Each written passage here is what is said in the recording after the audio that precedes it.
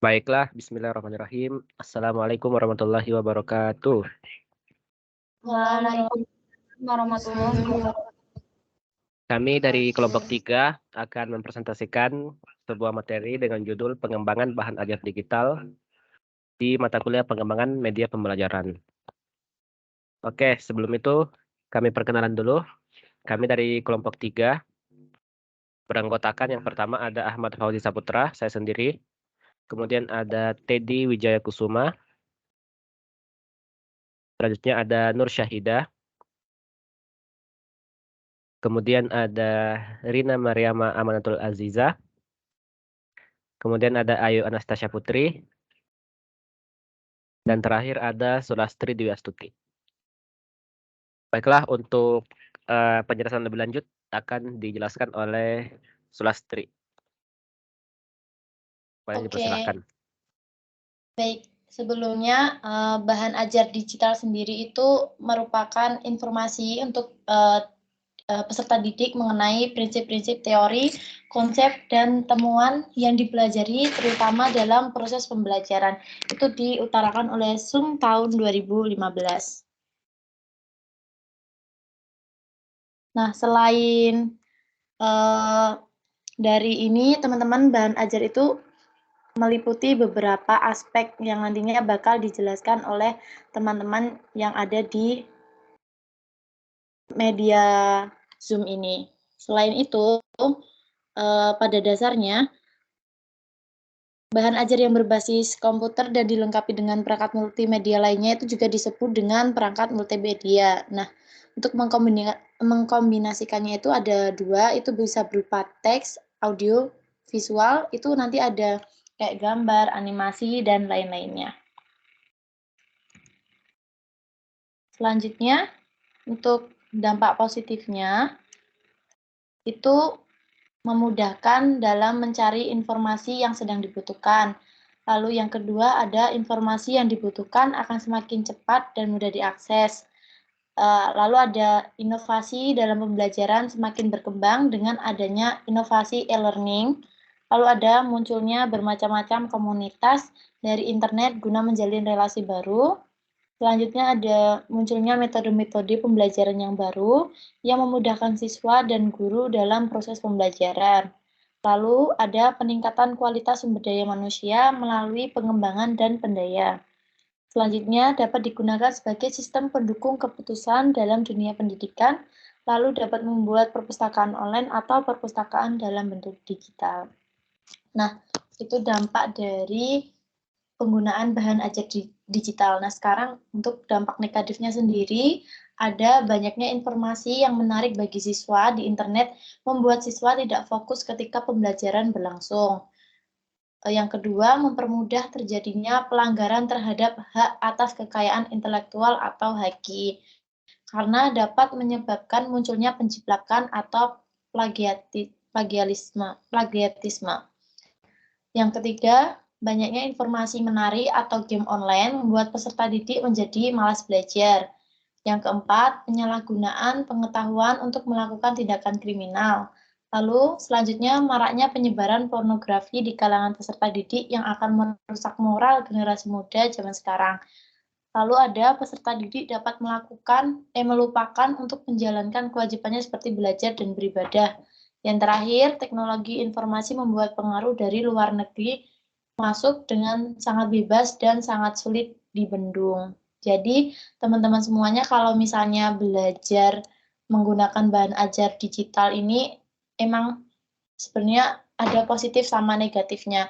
Positifnya teman-teman tuh bisa mengetahui dunia luar tanpa kita harus ke sana kayak gitu. Tapi negatifnya kalau teman-teman nggak bisa milih salah satu konten ataupun salah satu media belajar yang kurang tepat, nantinya teman-teman sendiri bakal terjerumus sama media bahan ajar digital sendiri.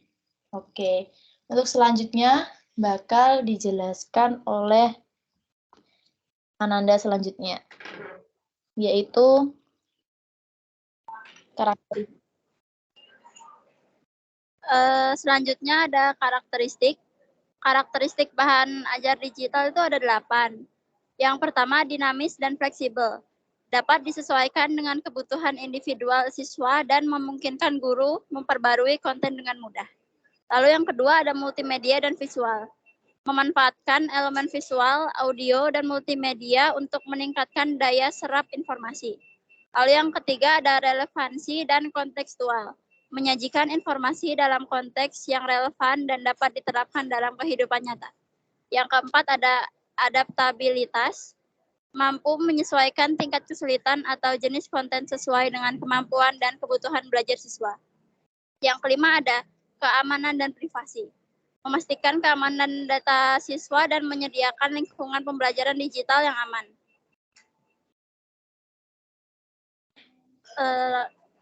Lalu ada feedback instan, memberikan umpan balik langsung terhadap kinerja siswa, membantu mereka memahami dan memperbaiki kesalahan dengan cepat. Yang ketujuh, mudah digunakan, antarmuka yang intuitif dan mudah digunakan oleh siswa dan guru tanpa memerlukan pelatihan khusus. Yang kedelapan, ada integrasi teknologi dapat diintegrasikan dengan perangkat keras atau perangkat lunak lainnya untuk mendukung pengalaman pembelajaran yang lebih luas. Lalu ada komponen bahan ajar digital, ada 5. Yang pertama, konten interaktif. Materi yang merangsang keterlibatan siswa melalui elemen-elemen seperti video, simulasi, atau animasi. Yang kedua ada evaluasi dan pengukuran. Alat untuk mengukur pemahaman siswa melalui kuis, tugas daring, atau asesmen interaktif. Yang ketiga ada navigasi dan struktur. Sistem yang memudahkan siswa menjelajahi bahan ajar dengan mudah seperti menu, tautan, atau indeks. Yang keempat ada kemudahan aksesibilitas. Desain yang memungkinkan akses mudah dan responsif dari berbagai perangkat, serta mempertimbangkan kebutuhan siswa dengan disabilitas. Yang kelima ada interaktivitas sosial. Fasilitas untuk berkolaborasi, berbagi, atau berdiskusi dengan sesama siswa atau guru melalui forum, chat, atau fitur sosial lainnya. Selanjutnya.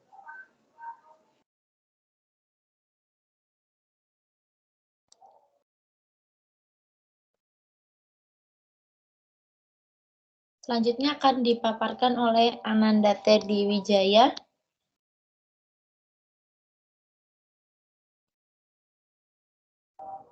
Baiklah, target umum bahan ajar digital melibatkan 1. Meningkatkan keterampilan dan pengetahuan, yang dimana memberikan pemahaman yang mendalam tentang suatu konsep atau topik, lalu meningkatkan keterampilan praktis dalam suatu bidang, seperti keterampilan pemrograman dan desain grafis atau analisis data. Yang kedua, meningkatkan keterlibatan siswa, menyajikan informasi dengan cara yang menarik dan interaktif untuk memotivasi siswa, menggunakan elemen media seperti video gambar dan simulasi untuk meningkatkan keterlibatan. Dan yang ketiga ada fleksibilitas pembelajaran, yaitu memungkinkan akses kapan saja dan di mana saja, memberikan fleksibilitas bagi pembelajar dan memfasilitasi pembelajaran mandiri dan memungkinkan siswa mengikuti kecepatan belajar mereka sendiri.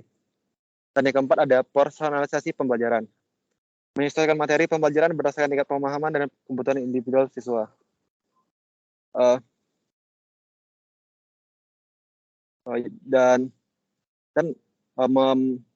Menggunakan teknologi untuk memberikan umpan balik langsung dan saran yang dipersonalisasi. Dan yang kelima ada mengukur dan memonitor kemajuan, yaitu memberikan alat untuk mengukur kemajuan siswa secara objektif, menyediakan data untuk membantu guru atau instruktur memantau dan mengevaluasi aktivitas bahan ajar. Dan yang keenam ada integrasi teknologi terkini, yang dimana menggunakan teknologi terkini untuk meningkatkan pengalaman pembelajaran seperti kecerdasan buatan atau AI, realitas virtual atau VR, atau augmented reality atau AR. Yang ketujuh, kolaborasi dan interaksi, mendorong kolaborasi antara siswa melalui platform pembelajaran digital dan menyediakan ruang untuk diskusi dan berbagi ide antara siswa dan guru. Dan yang ke-8 ada pemberian umpan balik secara cepat, yang dimana menyediakan mekanisme umpan balik segera untuk memperbaiki pemahaman dan kinerja, dan memfasilitasi interaksi guru siswa dan siswa ke siswa untuk pertukaran ide dan dukungan. Dan yang ke-9 ada kesiapan untuk dunia kerja, yaitu menyertakan elemen-elemen yang relevan dengan dunia kerja untuk mempersiapkan siswa untuk tantangan yang mungkin mereka hadapi di masa depan. Dan yang terakhir, yang ke-10 ada keamanan dari privasi, yaitu menyediakan lingkungan digital yang aman dan memastikan keamanan informasi pribadi siswa.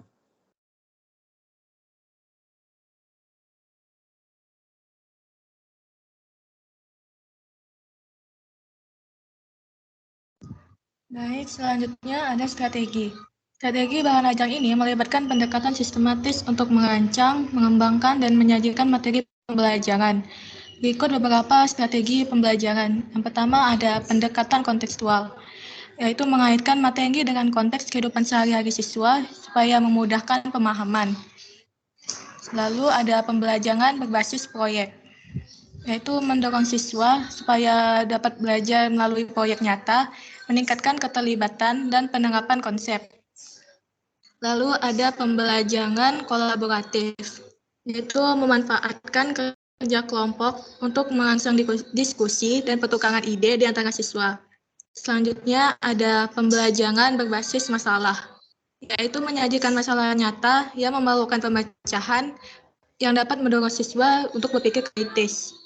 Lalu ada pembelajaran berbasis teknologi, yaitu memanfaatkan teknologi seperti multimedia, simulasi, atau platform daring lainnya supaya meningkatkan aksesibilitas dan daya tarik.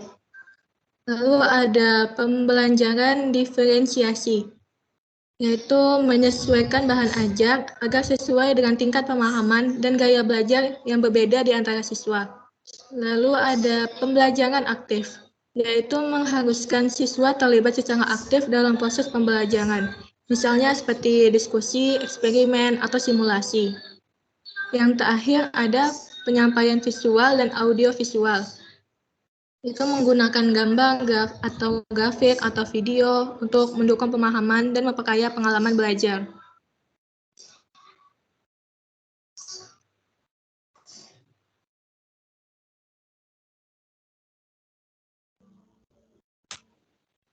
Oke, berikutnya di sini ada bagaimana proses dalam pembelajaran dengan menggunakan bahan ajar digital. Yang pertama, tentukan tujuan pembelajaran yang jelas dan spesifik. Yang kedua, kumpulkan materi dan konten yang relevan dengan tujuan pembelajaran.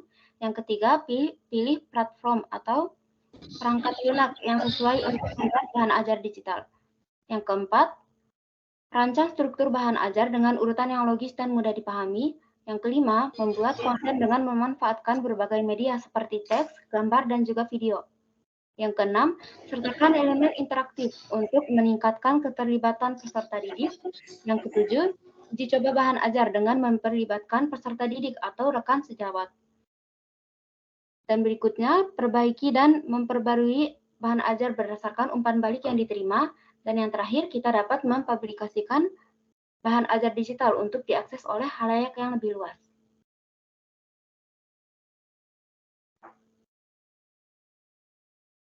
Oke, itulah tadi materi dari kelompok kami. Kemudian ada pertanyaan yang mungkin teman-teman bisa jawab di My Class nanti. Yang pertama itu ada apa yang dimaksud dengan pembelajaran dengan metode pengembangan bahan ajar digital. Kemudian yang kedua, apa target dari pembelajaran bahan ajar digital. Kemudian yang ketiga, sebutkan strategi bahan ajar digital. Yang keempat, apa ciri-ciri dari bahan ajar digital. Kemudian yang kelima, sebutkan contoh pembelajaran yang menggunakan metode bahan ajar digital. Nah, jadi itu ada 5 pertanyaan yang mungkin teman-teman sekalian nanti bisa jawab di My Class. Lanjut. Nah, baiklah, jadi kesimpulan dari materi kami itu bahan ajar digital merupakan metode pembelajaran yang menggunakan media digital. Salah satunya bisa menggunakan YouTube atau media audio visual. Yang lainnya yang bisa menunjang sistem belajar mengajar. Jadi pengembangan bahan ajar digital itu menjadi suatu hal yang sangat penting dalam era pendidikan di zaman modern ini, karena integrasi teknologi memberikan peluang besar untuk meningkatkan kualitas pembelajaran dengan cara yang lebih interaktif dan menarik bagi para siswa. Oke. Baiklah, mungkin itu saja presentasi dari kelompok kami. Lebih dan kurangnya mohon maaf. Sekian dari kami. Assalamualaikum warahmatullahi wabarakatuh. Waalaikumsalam warahmatullahi wabarakatuh. Oke, selesai.